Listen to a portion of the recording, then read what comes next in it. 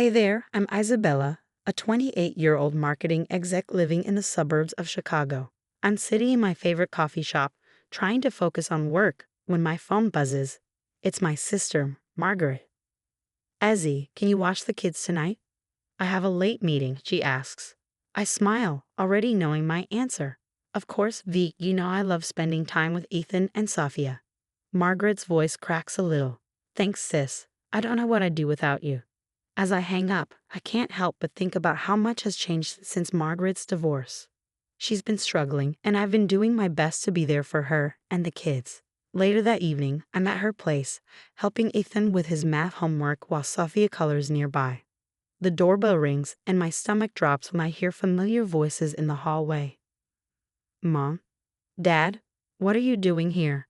Margaret asks, surprised.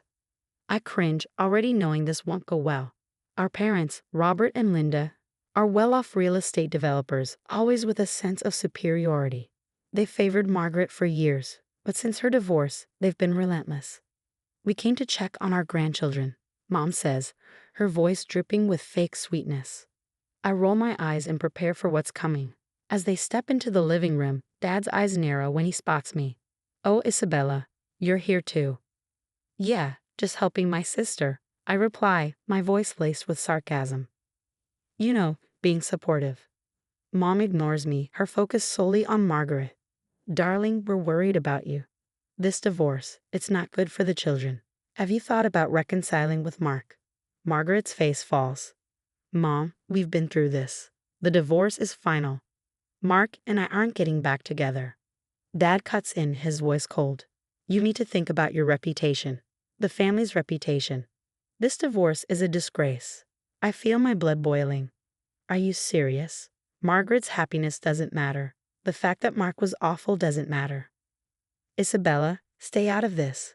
Mom snaps, blaring at me. This is why you're still single. No respect for family values. I bite my tongue, thinking about Jake, the amazing guy I've been dating for 6 months. If only they knew. As the argument escalates, I notice Ethan and Sophia looking scared. I kneel down beside them. Hey kiddos, how about we go get some ice cream? Their faces light up, and we sneak out the back door, leaving the chaos behind. As we walk to the ice cream parlor, I can't help but think about my own big news and how I'm going to break it to my family. Later that night, as I'm getting ready for bed, my phone pings. It's a text from Jake. Can't wait to see you tomorrow. Love you. I smile, my hand instinctively moving to my stomach. I'm pregnant, and I'm terrified of how my family will react.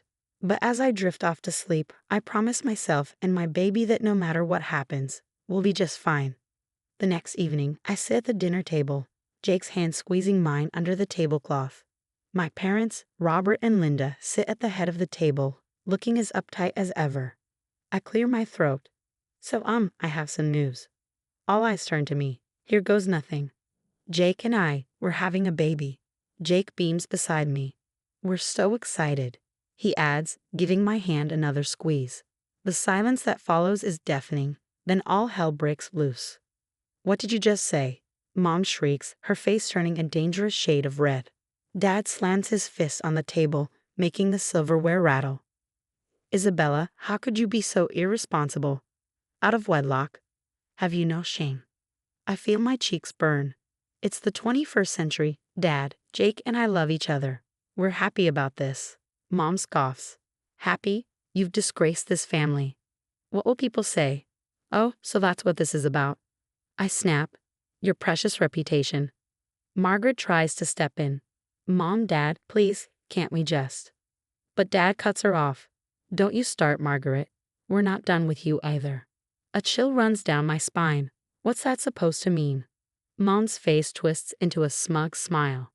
Well, since you asked, we decided to sue for custody of Ethan and Sophia. The room goes silent. Margaret's face goes pale. What? She whispers. You heard us, Dad says, his tone cold. With your demanding job and this messy divorce, you're clearly an unfit mother. We're doing what's best for the children. I can't believe what I'm hearing. Are you kidding me? Margaret is an amazing mom. You can't do this. We can and we will, Mom says flatly. Unless what? I ask, dreading the answer. Dad leans forward. Unless you fix your little mistake, we'll forget this whole pregnancy nonsense if you do the right thing.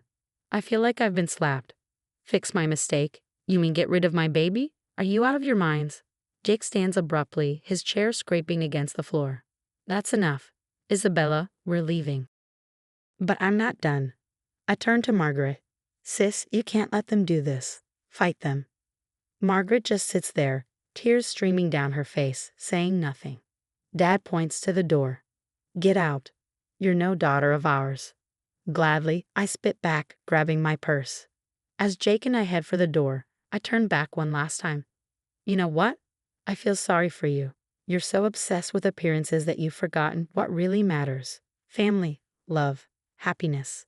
You're the ones who should be ashamed. With that, we walk out, slamming the door behind us. Once we're in the car, the reality of what just happened crashes down on me, and I break down, sobbing uncontrollably. Jake pulls me into his arms. It's okay, Izzy. We've got each other. We've got our baby. That's all that matters. As we drive away from my childhood home, I realize he's right. This isn't the end. It's just the beginning of a new chapter, and I'm ready to fight for it.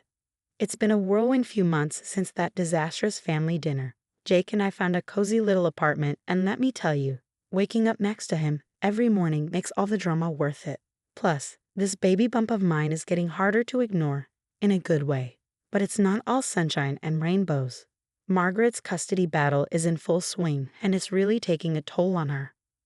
One afternoon, I stop by her place and find her surrounded by legal papers, looking like she hasn't slept in days. Hey V, how are you holding up?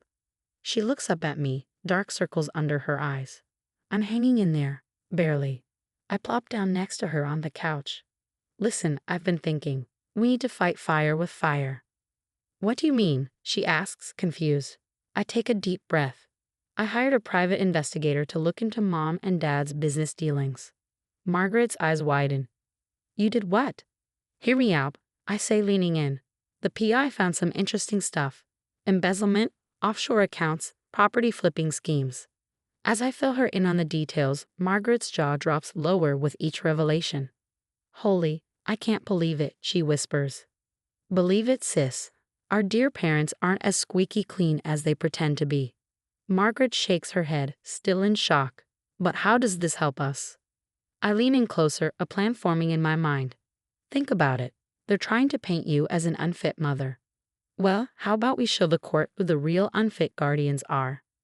A spark of hope flickers in Margaret's eyes. You really think we can beat them? I know we can, I say confidently. But V, you've got to be ready for a fight. No more sitting quietly while they steamroll over us. Are you with me? For a moment, she hesitates. Then, straightening her shoulders, she nods. I'm with you. For Ethan and Sophia. For all of us. We spend the next few hours plotting, our heads bent together over my laptop. As we work, I feel the baby kick, as if saying, You've got this, Mom. That night, I drift off to sleep with my mind racing with plans and possibilities. Mom and Dad think they've got all the power, but they're in for one heck of a surprise. This mama bear is ready to roar, and I got the truth on my side. Maybe, just maybe, we'll save our family in the process, not the family they wanted us to be, but the family we choose to create. Strong, supportive, and real. The day of the custody hearing arrives, and I'm a bundle of nerves. My baby bump is now impossible to hide, and Jake has been my rock through it all. As we walk into the courthouse, I spot Margaret pacing nervously. You ready for this? I ask her. She nods, determination shining in her eyes. Let's do this. For Ethan and Sophia. Inside the courtroom, the tension is thick. Mom and Dad sit there looking smug as ever. If only they knew what was coming. When it's my turn to testify, I take a deep breath and spill it all. Your Honor, I say, my voice shaking but strong. My parents aren't fit to raise a goldfish, let alone 2 children. They see kids as accessories, not human beings with needs and feelings. Mom's face turns purple with rage, but I keep going. I tell the court about the anonymous tip to the SEC about their shady business dealings. Then Margaret takes the stand, presenting evidence of how Mom and Dad tried to manipulate Ethan and Sophia, filling their heads with lies about their mother. With every word, the truth chips away at the perfect facade our parents have built. This time, we aren't backing down. The judge, thoroughly unimpressed with my parents, doesn't take long to make her decision. Custody remains with the mother, Margaret. This case is dismissed. The relief on Margaret's face is palpable, but the drama isn't over. As we leave the courtroom, two men in suits approach Mom and Dad. Robert and Linda, we're with the Securities and Exchange Commission. You're under arrest for multiple financial crimes. Watching them being led away in handcuffs, I feel nothing. No joy, no sadness, just a sense of closure. Months pass and life settles into a new rhythm. Jake and I welcome our daughter, Hope, into the world. Holding her for the first time, I make a silent promise to always put her needs first. Margaret throws herself into being the best mom she can be. Seeing her with Ethan and Sophia, laughing, playing, makes all the struggles worth it. Jake and I have a small, intimate wedding. No fancy frills, just love and our closest friends. Margaret is my maid of honor, of course. As for Mom and Dad, last I heard, they're facing years in prison. Their assets are frozen, their reputation in tatters. But honestly, I don't think about them much these days. One sunny afternoon, I'm sitting in our backyard, Hope napping in her bassinet. Jake's grading papers, and I can hear Margaret and the kids laughing as they set up for a barbecue. I think about how far we've come, the family I've created. Jake, Hope, Margaret, Ethan, and Sophia. It's not perfect, but it's real. It's built on love, support, and honesty. Penny for your thoughts, Jake says, smiling as he leans into me. I smile back, just thinking about how lucky we are, how sometimes the family you choose is stronger than the one you're born into. Couldn't agree more, he says, squeezing my hand. As the smell of the grill fills the air and the kids' excited chatter echoes in the background, I know this is what family should be. We've been through hell, but we've come out stronger. And the future? It's looking brighter than ever. Now I have a question for you. How far would you go to protect your loved ones from manipulative family members? Would you expose their illegal activities, even if it meant potentially destroying your family's reputation and sending your own parents to prison? Share your thoughts in the comments below.